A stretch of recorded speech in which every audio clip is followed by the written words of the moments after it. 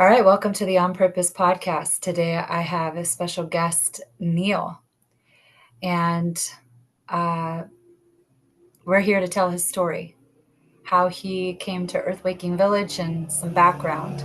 So, first off, where did you grow up, Neal? Yeah, all right. I grew up in Indiana, in the United States, and that's where I grew up, and that's where I lived for until I was at the age of 21. I lived in Indiana. Wow. Okay. Can you tell me a little bit about your life that was there? Yes. Um,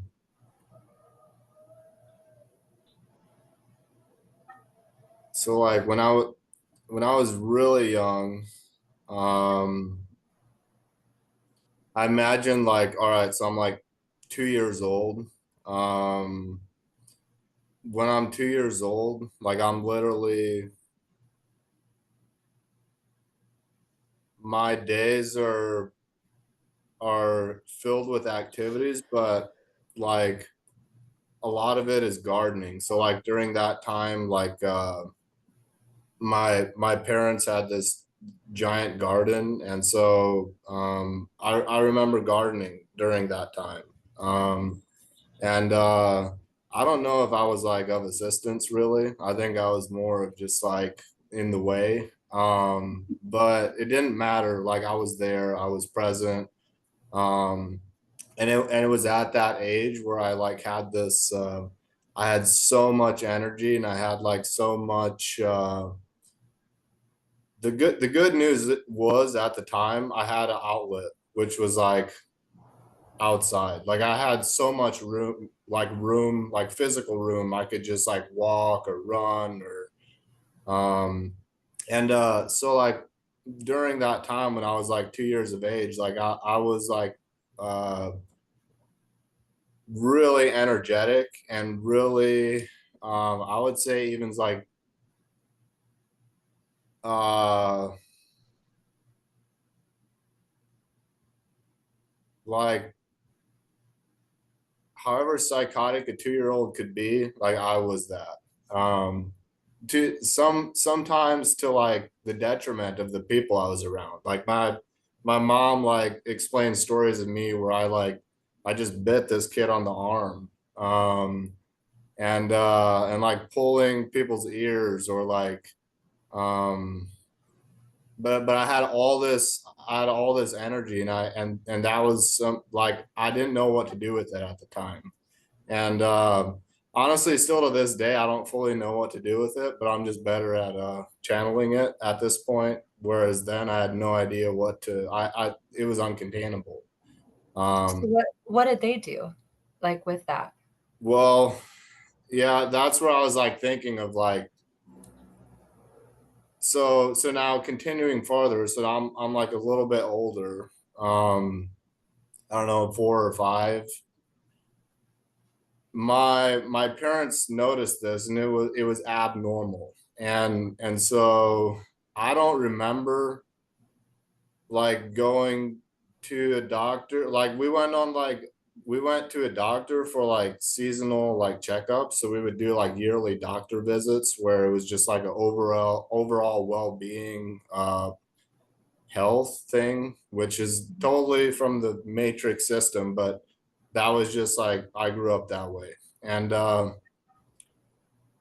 one of those doctor visits, I basically got diagnosed with ADHD, and they, my parents agreed to prescribe me Adderall from like I don't know if I was 2 or if I was 3 when I started taking it, but from a young age I was prescribed Adderall.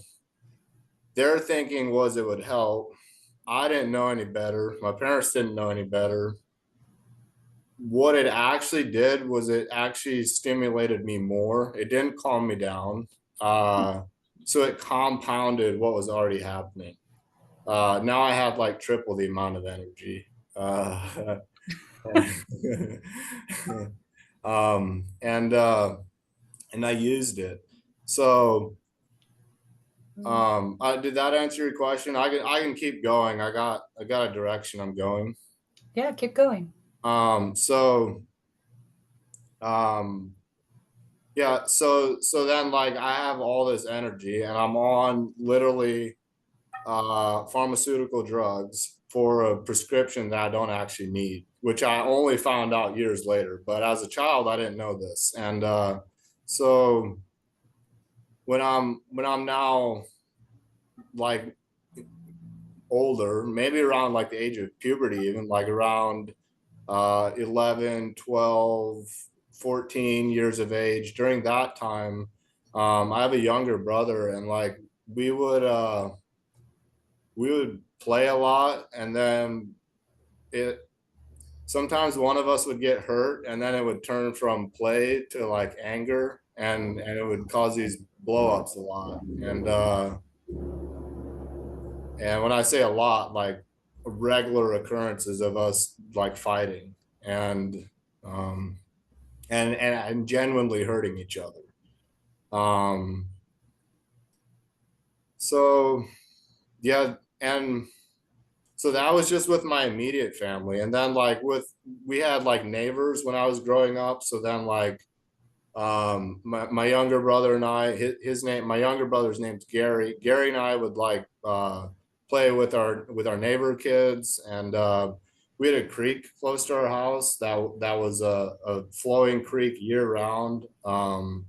It had bluegill in it, it had bass in it, it had rockfish in it, it had carp in it, turtles. Like when I was growing up, I saw a fucking beaver swim in that river, and it blew my brain. Like I didn't know that beavers were there. I've never seen a beaver dam. There were muskrats in the river, but like I saw like a beaver that was like 2.5 feet with like a like a foot and a half to 2 foot big ass wide tail on the thing swim through that river. And I Wow. remember that so clearly because it was a moment where it was just like, wow, like it was completely unexpected. And so Gary and I would like fish with our neighbors. So we would catch fish. And like so growing up, like I was in the outdoors like all the time. And but at a certain point during that period, I went to school and I like I was great at school. I was great at like making grades, like getting like B pluses and A's and uh, C's, yes, but like I got good grades. And I went to public school and I went specifically to Northwood Public School. And so I made good grades. I like the some of the teachers liked me, not all of them. And I like during that time I started developing this mask that I liked going to school, but I inside I fucking hated it. It was just like it was so easy for me, like not like so easy, but it seemed like it was easier for me to get better grades than some of the other people. And and so like I there were lots of my school hours that I spent reading and where I would like just do whatever I had to do and then I would read. And but I also like got in trouble a lot with teachers and with the principal. And um yeah, I spent a lot of time in detention also. And I remember a specific time in middle school when like I was just being obnoxious and just like totally a shit on purpose. And I'm like, fuck it, I don't want to be in class. I'm just gonna go to detention and read. Like I don't like want to even be. And so like so then that was like the villain in me that like started creating outcomes to serve me rather than to like I don't know exactly, but like yeah, just looking back on it, like I definitely I didn't start out as a villain, but like I grew into being that. How was it like growing up out of school? What happened to you after high school? Well, all right, so I didn't even go to high school. So I just went to You eighth want to grade. backtrack and go there? Yeah. Okay. Yeah. So I went to eighth grade, and then I after, so that's typical. So I grew up Amish. So I grew up, my parents still to this day, they're in the Amish culture, the Amish cult, the that way of being. And um so what was your original question? Was what happened after high school, but you're going into high school. Right. So, Right. So yeah. so I'm speaking to just coming out of eighth grade. And Mhm. yeah, so because of my upbringing, it's common in how I grow up that you don't go farther than eighth grade. Like that's like just how a lot of the Amish do it. And if you decide to continue your career or continue your education, um, it's basically your own choice, but it's not expected or pushed or forwarded in any way. Oh, wow. That's new. Yes. So I get out of school from middle school, and I start a job. I start a day job. I think I was like 15 and a half or 15 and three quarter or something like that, years of age. And I started working. Let me just think what I started doing at that time. What was I doing?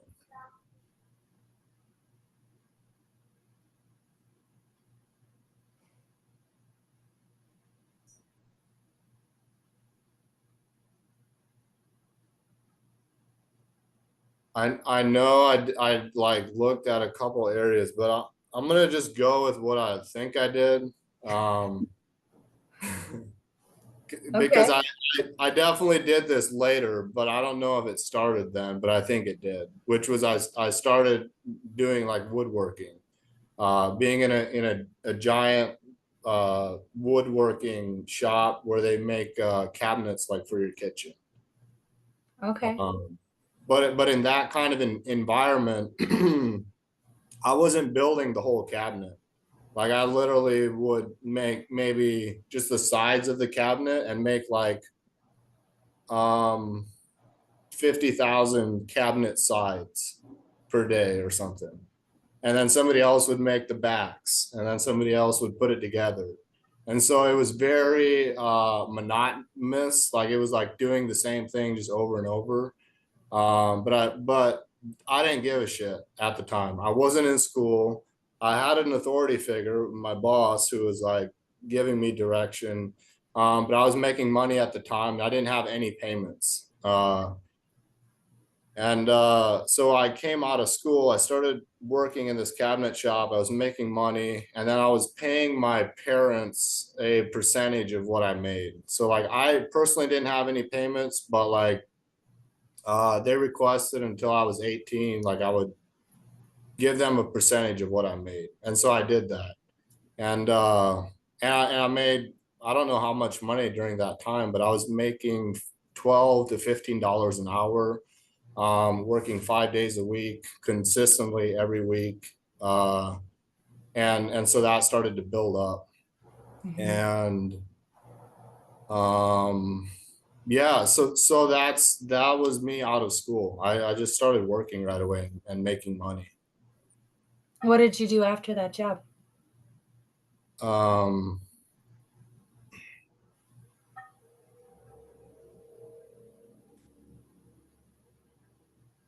I this is like when I'm going in the past, I'm like really just seeing my egos so much. But like, um, so I left that job because I wanted to make more money, and it part of it was also the people that were working there. Um, But what was really sweet during that time is my brother Dennis worked there at the same time that I did, and I actually worked with him for a while. So that was fun. And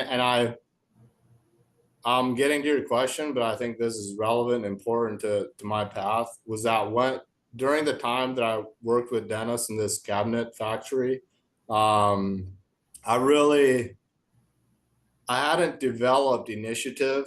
I hadn't developed work ethic, and Dennis was like the example for me to be that.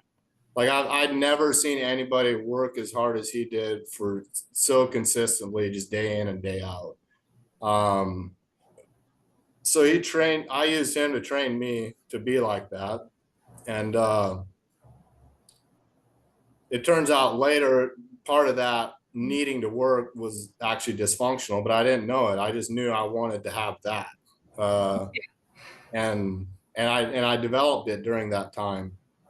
And so then I was like, all right, so now I want to make more money. And so in that region where I grew up in northern Indiana, basically how you make a lot of money is you work in a factory, which is where I was at. But um, RV factories that build pull behind campers or even drivable campers that you can park and camp. Those kind of factories are really high dollar if you want to work there and make money. So I went from that cabinet shop to a factory, a company called Keystone, and there I built roofs for RVs, like the whole roof. This was more fun because it was more diverse. I didn't just have like it was still just a piece, but a lot went into doing one roof. So there was some diversity in what I was doing. Um, and there I was making 40 to $55 an hour, and like grossing like sometimes $2,000, and bringing home checks of like 1,500 or something like that after all tax deductions and everything. So I was making like $1,500 to $1,200 a week when I worked at that Keystone place. So that was like epic. And what's crazy is even to this day, there's that company and companies similar to it, like Forest River and Newmar. They are still continuing to build these units, and not much has changed in the amount that the workers are paid. Like they're still thriving to this day, and this day would be like 6 years later from when I was there. Oh, wow. Yeah. Nice. And then what did you do after that? Um, all right. So it was. I'll go there, but here's during the time I was at Keystone is when I met Earthwaking. Oh, okay. How Um, did you meet them? all right. So I met John first, and John is holding a baby, and I was just on YouTube, and so John's holding a baby, and he's like, it's a YouTube ad, and he goes, "Hey, these are the 5 questions every single person on the planet should be asking themselves right now." And I'm like, "All right, well, what are the 5 questions?" And then he's like, he just lays them out, and when he asked the questions, I was like, "That's the first time I've heard somebody speak what I've been thinking, but I haven't had the words to speak it." Like my whole childhood, my upbringing, I considered myself a shitty communicator. Like I didn't know how to talk. I didn't know how to verbalize. I didn't know how to connect with people. And so hearing John ask those questions was like, holy shit, like I've always wanted to know those answers, but I didn't know how to ask the questions. I didn't even know what the words were. So I met John, and so he's doing an ad, and the ad is a link that is connected with a virtual awakened life live. And so I click the link, I go to the virtual event, and it might have been going, or maybe it was like the next day or something. But either way, I joined this, and they were streaming out of Austin, Texas at the time.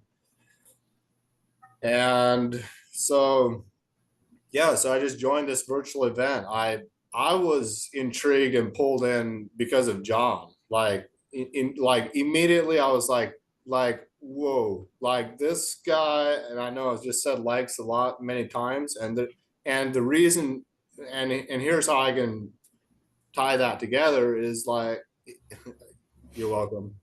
um John and I were so similar, we were so alike. It was like I was hearing my brain talk through John's mouth. That's how that was like a connection I felt. And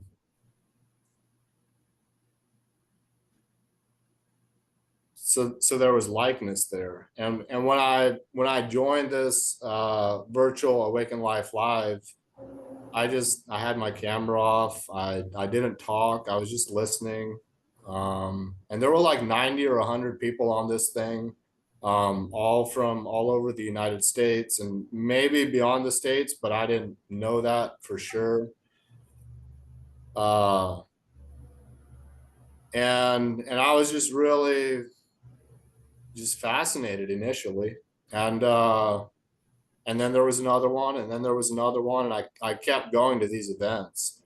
And I probably went to like 5 Awakened Life Lives. But all right, so now this is where it relates to your question, which is like, all right, so what'd you do after the Keystone RV factory job? What do you think? Well, what do you think? What do I think? You did the chopping down trees job. Yes, but that's what I did. So because I started being at these events, and after the second one, the second or third, I remember turning my camera on. Definitely on the third one, I spoke. Like I communicated with everyone that was on the Zoom call. When I say everyone, it was just a communication that everybody heard. And I started changing inside from showing up to these calls. I started changing how I viewed conversation. I started like assessing people and being able to like place people on a victim, villain, and hero uh, identity status. So I could like be with a person or see people in my life or see bosses that I was working for or see coworkers that I was working with or friends and even family. I began to be able to look at them and reflect on living with them and being with them and being able to be like, oh, you're portraying a victim, or oh, you're being a villain right now. And then noticing how that was showing up for me. And then I became aware at that time of the concept of burning your bridges. So of not having something to go back to. And that was right at the time COVID was happening. So so I'm inside this factory. I know I don't want to have a roof over my head. I it's like it was great for a time. Like I was making money, and like I would even like have earbuds in while I was working. So I was like having music, sometimes listening to podcasts. But at some point, it became unworkable. It was like the environment, the it was a toxic environment where I was a number and all the people I was with were a number, not figuratively in this case, actually literally. We literally had a number that we were on a spreadsheet on a computer. And basically how that worked was that if you do your job, great, you get paid, you go home. But if you don't, great, you don't get paid, you go home and we'll get you replaced. And so it was not a caring about the people culture. It was a caring about the production of goods culture. That was the only thing that mattered. The people didn't matter, the goods mattered. And so that's dysfunctional. And so that kind of a mentality is in the people. So it starts to bleed out in conversations and interactions. And so I started experiencing toxicity while I was in this factory environment. And so I was like, all right. And now this COVID thing's going on. One moment.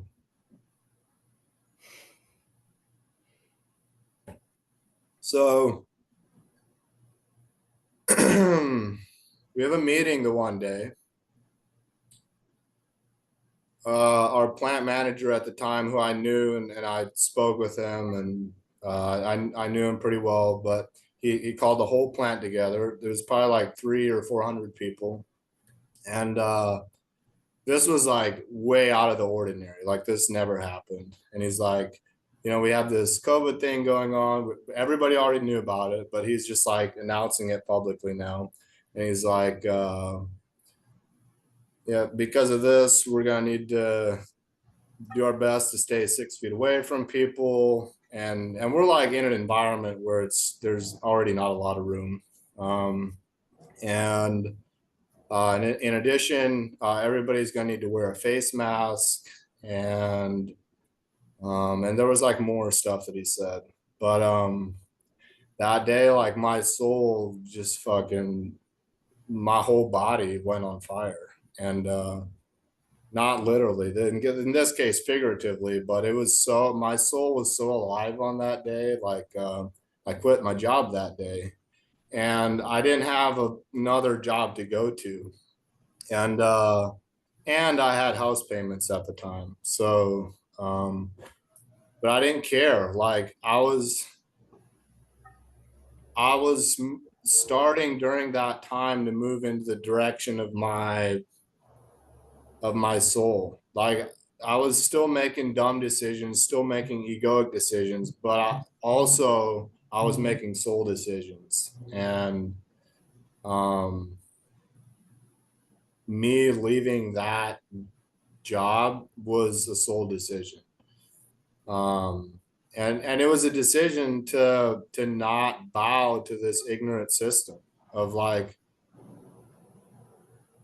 the face mask thing was where I drew the line. I was like, like I'm not doing this. Like I'm not participating.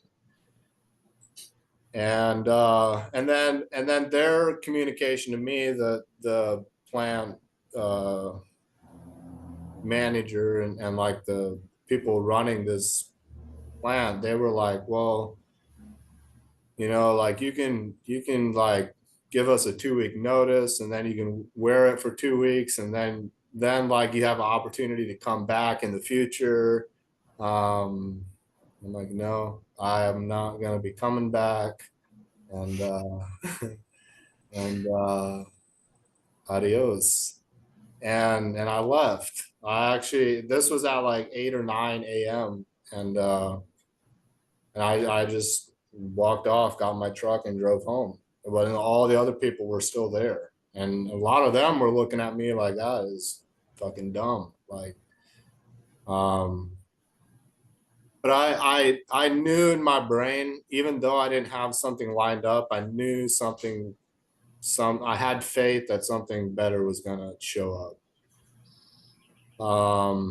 Yeah, and so I have uh, two uncles that are my mom's brothers, and they own a arborist, tree cutting and tree pruning, as well as they do like power line trimming also. So they do all that, basically all things tree related, giant tree removals, pruning, and tree line or power line pruning. So that at the time felt really aligned because I was like, all right, I'm getting out of this building environment. I'm getting into nature. I'm working with trees. I was working with chainsaws at the time. I started working with like skid. Well, actually, we had a skid loader at home, so like I knew how to operate like skid loaders. So I was started operating the company's skid loaders and began like driving their chippers, like their diesel, where you shoot the mulch into the back of the truck and then you drive it somewhere and dump it. Like I was driving those things. I was driving their pickups, and I started being really full in on this like arborist thing. Um, and I was really great at it actually. Um, like next level great. Like I can still, if I want to, I can still do that today. I can easily make money doing that. So, but that's not the point. Making the money is not the point. The point is making soul decisions. Mm-hmm.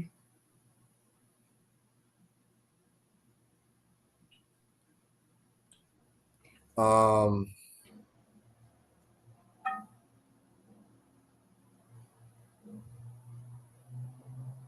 I got a question. all right. What was the biggest thing that you struggled with back in the old world?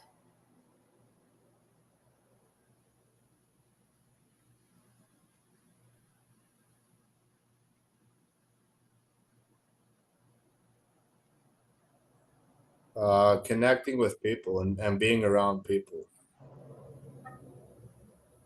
And why was that the biggest struggle for you? It just never worked that great. Like,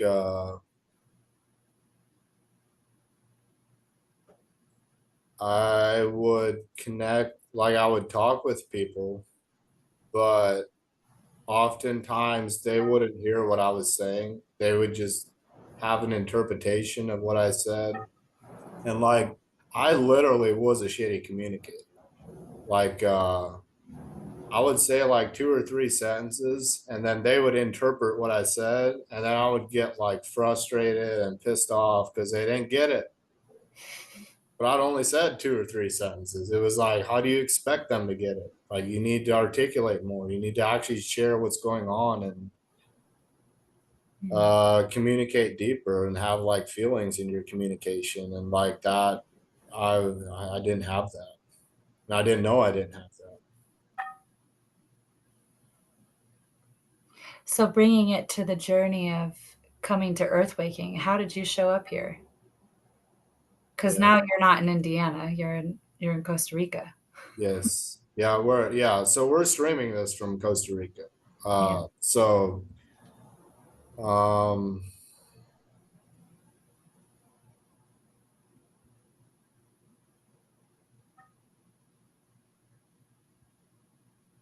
I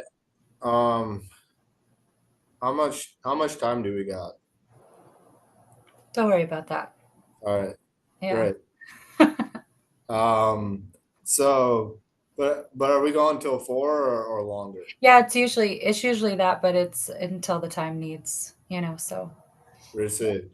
So I'm gonna backtrack and then I'll get to this question of how I got to Costa Rica. So uh during the time, oh yeah, when I was still at the cabinet place, at the woodworking place, um during that time, I during the time I worked there was the first time I ingested cannabis. And during the time I worked there, it was the first time I ingested psilocybin mushrooms. And um, and I was like 16 at the time, maybe a little bit younger. Actually, that was around the time I smoked my first cigarette also. Um, and I didn't give a fuck at that time. I like literally my whole life's ahead of me. I'm 16 years old. Um, I don't know that my decisions matter. I just want to make money and feel good. That's the only thing I care about at that time. And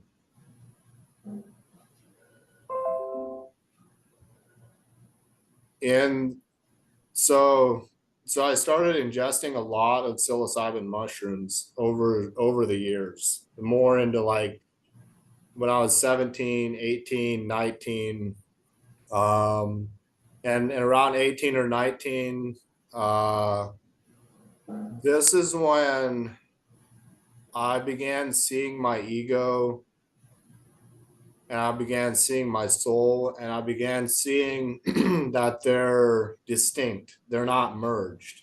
They're two different things. Before I was just the ego and I didn't know there was a distinction. And and then around that time, around 18, 19, this is when I encountered earthwaking for the first time. And so yeah, I share this because like I can't not share about psychedelics. Like psychedelics have like they've changed how my brain operates and how I view the world and how I communicate, and even my openness to earthwaking, I think is in large part due to using psychedelics, specifically psilocybin, and LSD. And so yeah, so that's a snippet. And I don't know, do you got any questions about that? No. All right, so I'll just leave that there. I felt it was an important piece to put in there, and there's an entire world that I can speak to related to that, which is what I'm not going to do now.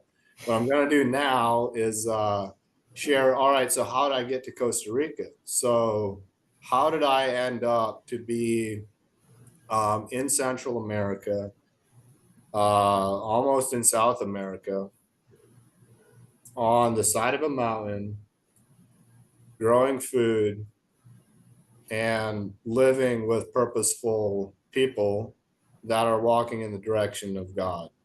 How did I do that? Well, there was an event. All right. So this event was an Awaken Life Live.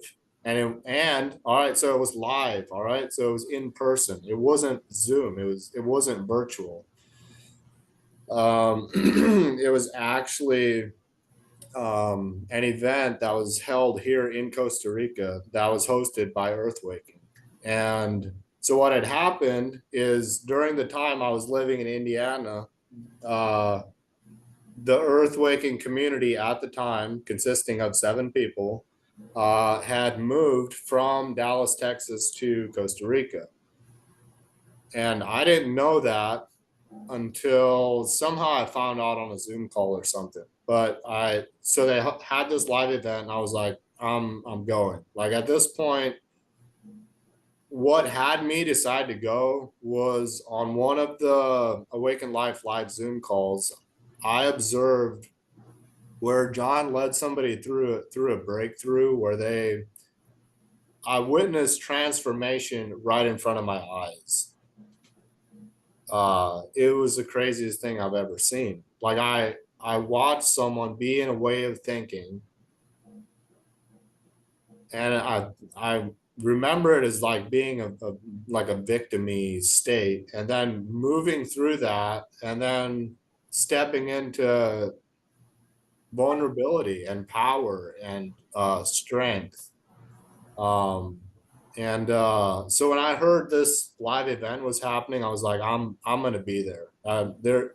There the only thing that's going to stop me from being there is God. And God didn't do that. Not only didn't he stop me, he made a way for it to happen. And so I fly to this live event. It was held at Rio del Mar in Dominical, in Costa Rica. And so I come here, and the first, so I like check in. I get my room. I walk out into the main dining area, and the first, like I see like John and Mel, and I'm like having a person's face in my brain, but not knowing their name right now. But I see Donna, and I see, and they're like doing like some setup stuff. So they're like setting up tables, placing out papers, and doing. This is the day before the event, so they were preparing for the following day. um, so Kirk's just kind of like standing there, just like assessing the situation. And so like he's not really doing anything. So I like walk up to him and I'm like, hey. And he's like, hey. And I extend my hand and I'm like, hey, my name's Neal. And like I was blown away because I'd seen this person on a Zoom square, and now I'm standing in front of him in person. And that was it still trips me out to this day. Like with new people coming in here, like seeing them on Zoom and then seeing them in person, it's it's like deja vu in some capacity. So I was looking at Kirk in the flesh. I'm like, holy shit, dude! Like, it's so nice to meet you. And he's like, who are you? Like he didn't know me. And so I met Kirk, and then like I think I spoke with John also. Um, but yeah, so that's when during that weekend event, I met John, and I met Mel, I met Donna, I met Tim Brer, I met Kirk. um Man, uh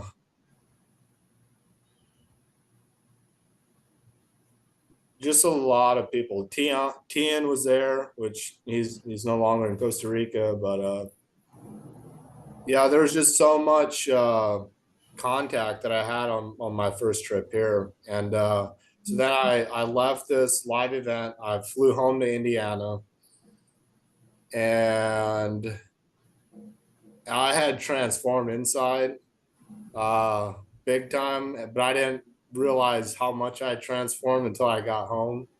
Um,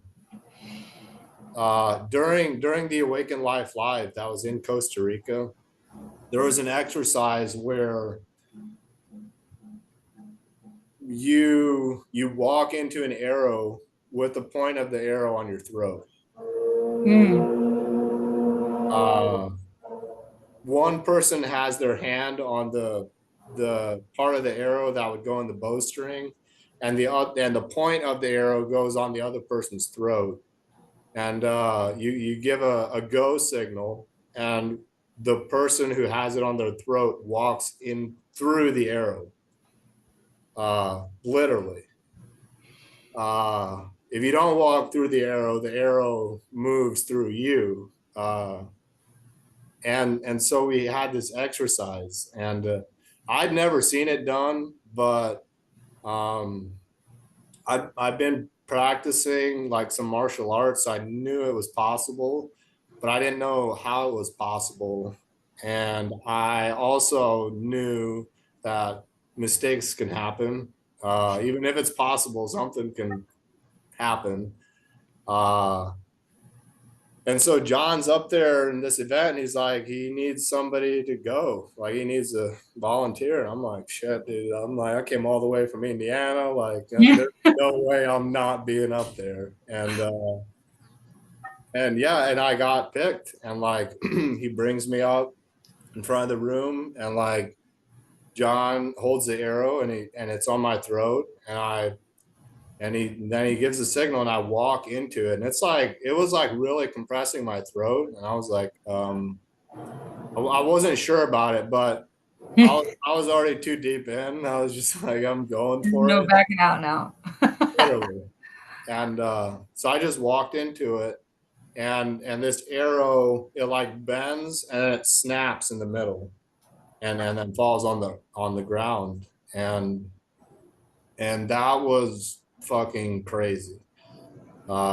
It changed something in my psyche. Like it was like I went from like this victim mentality to like empowerment the moment that arrow broke. It was crazy. It literally changed my state. So I go home to Indiana at the time, and I lived there for like another year. Uh, I, what? All right, here we go. Yeah. Here's where the rubber hits the road, because when I got home, I was seeing even more than I saw before I went to Costa Rica. Like I'd internalized some stuff from the Zoom calls, but when I was there in person and then I returned, my seeing, my discernment, my clarity was next level. And I recognized that my two uncles were like, they were dictators, that were control maniacs, that were egomaniacs, that just wanted to get theirs, get their money, uh, get their food, obviously assist the community, but just so long as that assisting the community has them get theirs. So like whoring, giving to get, and Mhm. uh, and I saw this so clearly, and I was like, holy shit, I don't want to work for that. And so I changed jobs, and I went from doing arborist work, and there was another piece in this where I was like, I'd become spiritual. So like, I wasn't going to be the guy cutting trees anymore, Yeah. because spiritual people don't cut trees, they grow trees. And so I changed. So another reason I changed was to start, I went and worked at a nursery, a plant nursery where you grow things. And we also Wow. did like, what? I just said, wow, like what Yeah. a flip. Yes. And we also like implemented garden beds for people, like lake homes, and we would maintain them. Like go and prune all the people's hedges, and pull the weeds out of their beds, and that was all part of that nursery stuff that we did. But I really began to learn plant names during that time. Uh, Began to learn categories of plants, how they fit together, like different species, um, and then I realized I was working for another dictator, and I was working for another control maniac at the nursery. And I was like, what in the fuck? But what I learned at Earthwaking was that if you spot it, you got it. And and it was Oh, and it was at that second nursery, or whatever, however many jobs, whatever, but it was at that nursery. That was the second time I encountered this like narcissistic dictator. And I was like, why does this keep mirroring? Well, it's because I'm being a fucking narcissistic dictator, who's a control maniac who just cares about getting money and getting pleasure or feeling good and instant gratification. mhm. But yeah, so I recognize that, and um, I to this day I haven't confronted any of these people on that. Uh, so yeah, so I remember God tells me the one day, he's like, you're gonna sell your house. So I had a house on a 3 acre property with two gardens and like it was a 4 bedroom house. I had like one giant outbuilding that you could like park a pontoon into, plus have exercise equipment, plus have, it was big. And then I had another structure that had uh, like two large garage doors that were big enough that a semi could drive into it. And then an attached barn to that. And then there was another structure where I had like I was raising dogs at the time. So I had a structure with dog kennels. So I had all these structures. I had two gardens. I had animals. I was mortgaged. I had the, I think you say it, you get a mortgage, but basically I took out a loan on the house. So I was paying back the loan. So that was my house payments. And yeah, God tells me you're going to sell it. Now, I hadn't paid it off yet, but because of how new the buildings were, and it was like in a really like a prime, like there were no neighbors for a half mile on either side, and it was surrounded by field on a dirt road or on a blacktop road that turned to dirt road. So it was like a rural location, and so I knew I could get more money than what I paid for the house. And but that wasn't the point. I didn't know where I was going to go. God's like it was the only time up to that point that I heard God verbally in my brain, and it was like, you're gonna sell your house. And like my dialogue is like, nope, fuck that. Like, no way, God. Like, Yeah.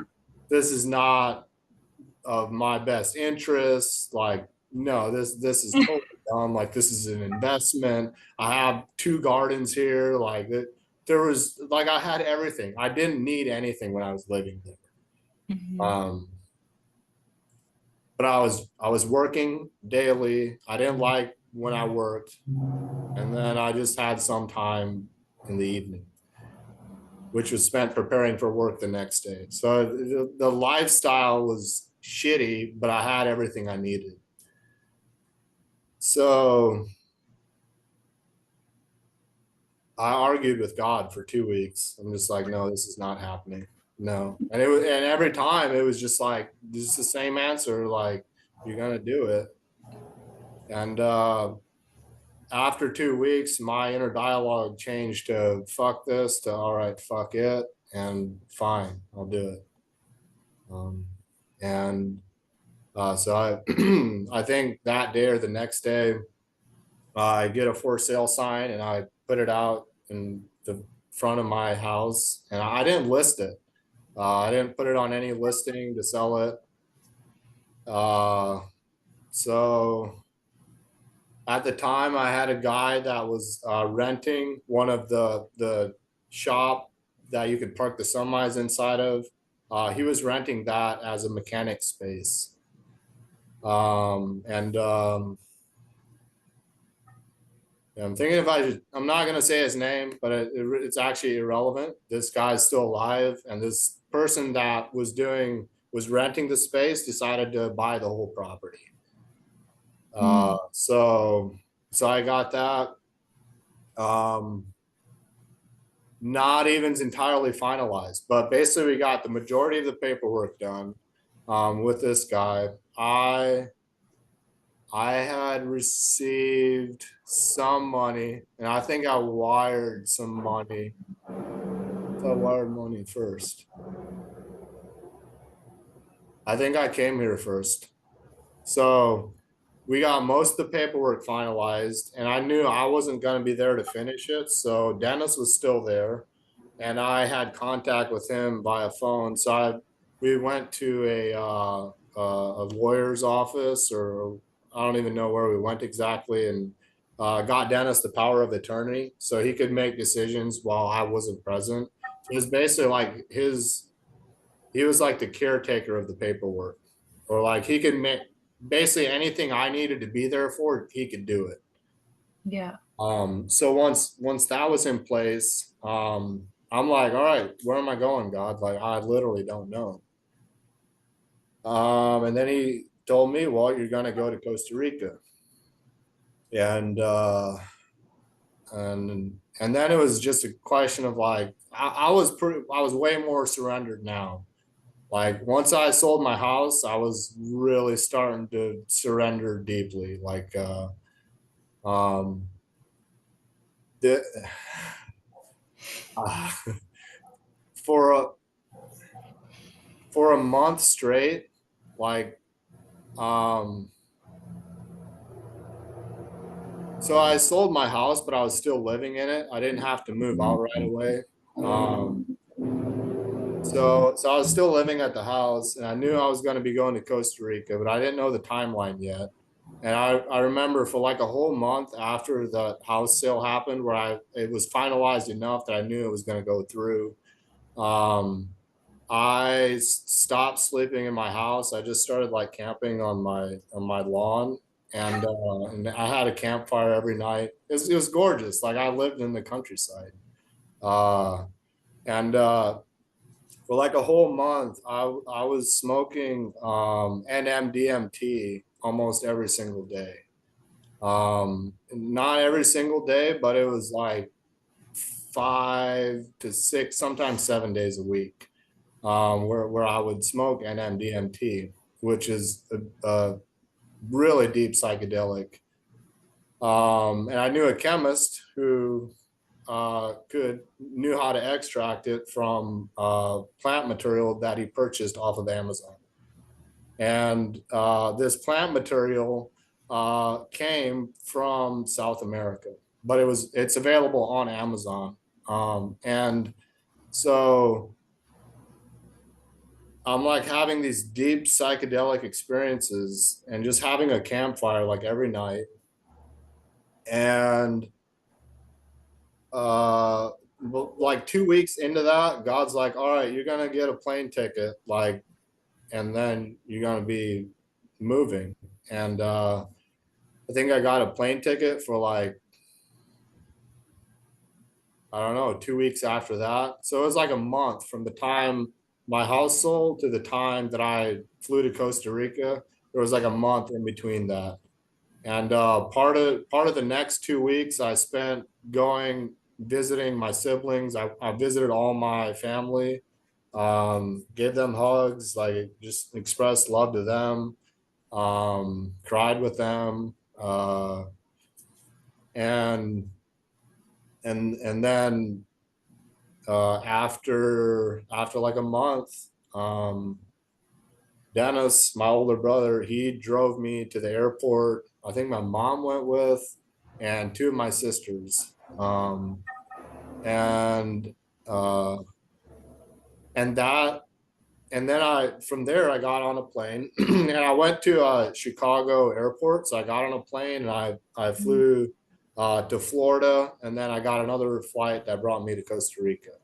And uh, like during that time, there was like this piece of me that was like, I knew if I didn't make it this time, I probably wasn't gonna make it. It was like this knowing of like, because even when I went that first time, first of all, I needed a corona vaccine uh, QR code on my phone to be able to get on that flight that I didn't know I needed until I got to the airport.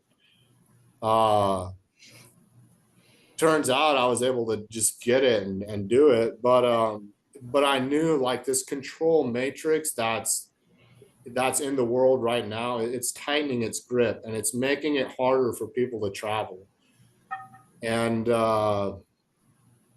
what I knew is like it's time to get out. It's I had this knowing that in like any day, wherever you're physically located at on the earth, that you're stuck there.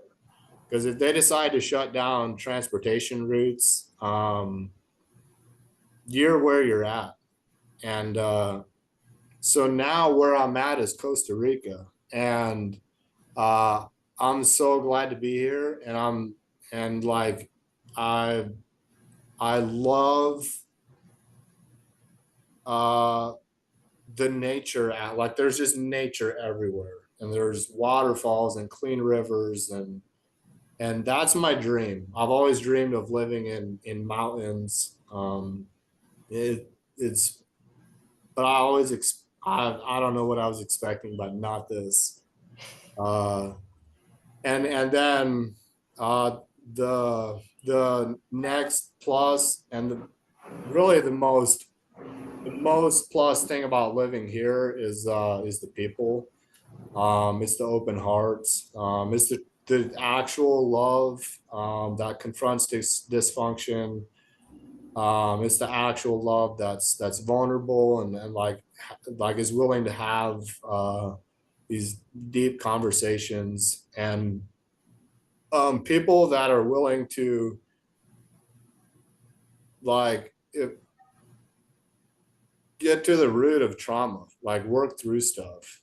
Uh, and but so when I first moved to Costa Rica, I didn't live in Earthwaking right away.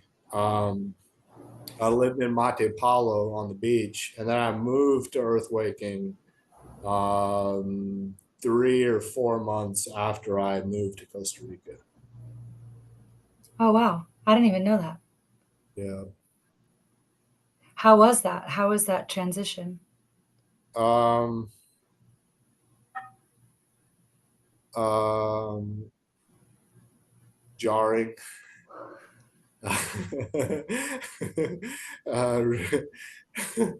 um, I basically went from work. The only thing I'd ever known was working in the old world, to coming to Costa Rica and having no work, but having plenty of money now because of the real estate. And so having no work, having money, and just having hours to just be on the beach every single day. Um, how was that? I went from I went from doing a lot to not having shit to do and just being for weeks on end. And it completely changed it again. It changed how I went. Like I would wake up and I was a half mile from the beach. So I would jog to the beach. I would swim, maybe just stay on the beach till, I don't know, sometimes 8, 9 o'clock. Sometimes I'd return, but then make breakfast. Like I literally went to the beach every single day, and would just walk there. And that's how I lived for like 3 or 4 months. And during this time, I was participating in earthwaking events that were online. Like I was staying plugged in and connected. I just wasn't physically living here because they weren't even, when I say they, Earthwaking wasn't even ready to receive villagers yet. Um, when I moved here, the term villager wasn't a term. That became distinguished like after I'd already been living here. Uh, Mind blowing. yes. Um, yeah, so that's how I got here. So, how has life been here in the village for you? Um, Exponentially shitty and exponentially like blissful. Um, I find I have a middle ground inside of me. I have this neutral location that I plug into where um, I don't get affected much by external things. Now, um,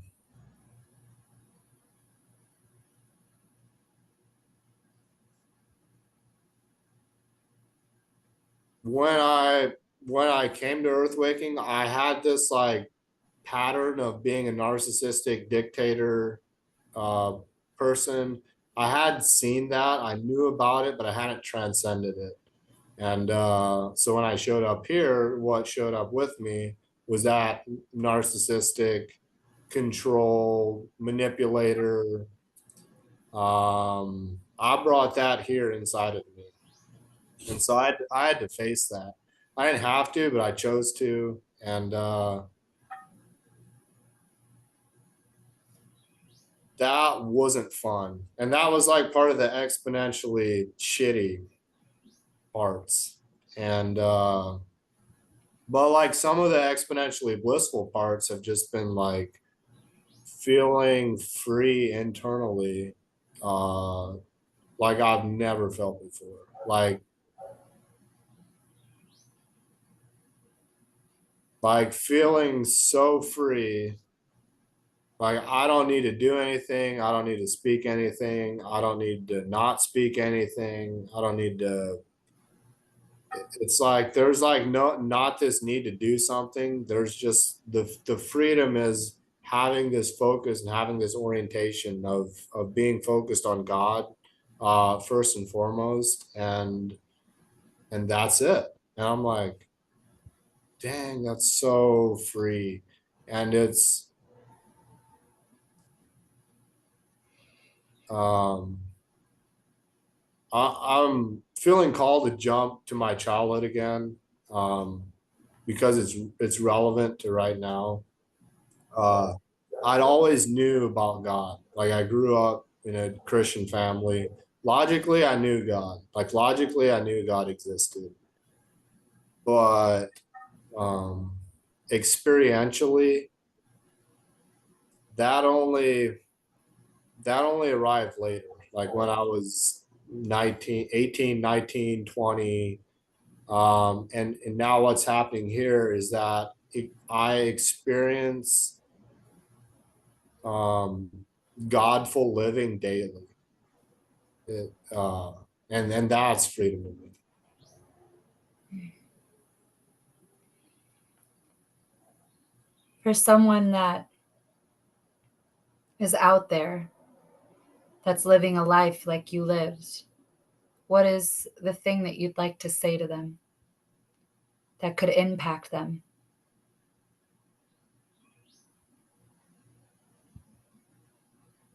Surrender, bitch. Uh, it's not what you want to hear. It's what you need to hear because the surrender is the only way home. Uh, we can do anything. We can do all the stuff, but we can't do one thing, and that thing that we can't do is surrender.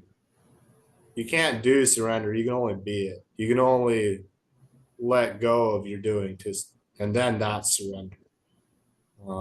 Yeah. So surrender. Surrender what? Everything. Mm. Yeah, you clearly demonstrated that in the example of like when you heard God say you're gonna sell your house, and then you argued with him for 2 weeks, and then you're like, okay, I'm listening, and you didn't even know where you were gonna go. You just were like, okay, well, now what do I do?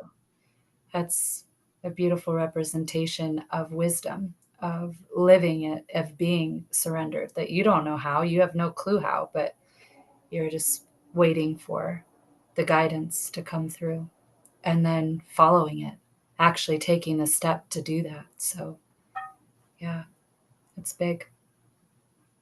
What would you like to say to the Earthwaking family?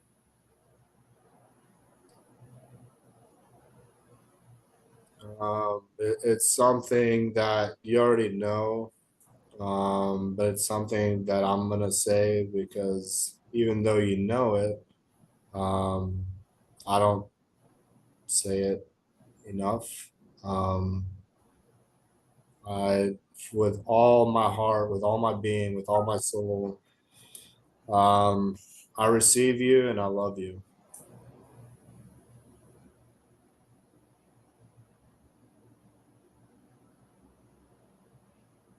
Well, thank you, Neal. Thank you for sharing your beautiful story, for being someone who is acting and being surrendered, not knowing how, and just keeps following God. For your dedication to our gardens, making them beautiful and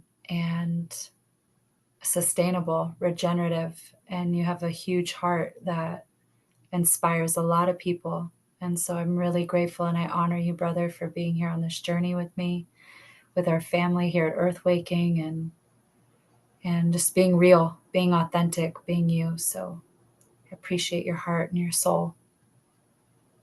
And thank you for everyone that's watching. Just know that your difference makes a difference. And you can go from a narcissistic, controlling dictator to a surrendered soul. I love you. Till next time.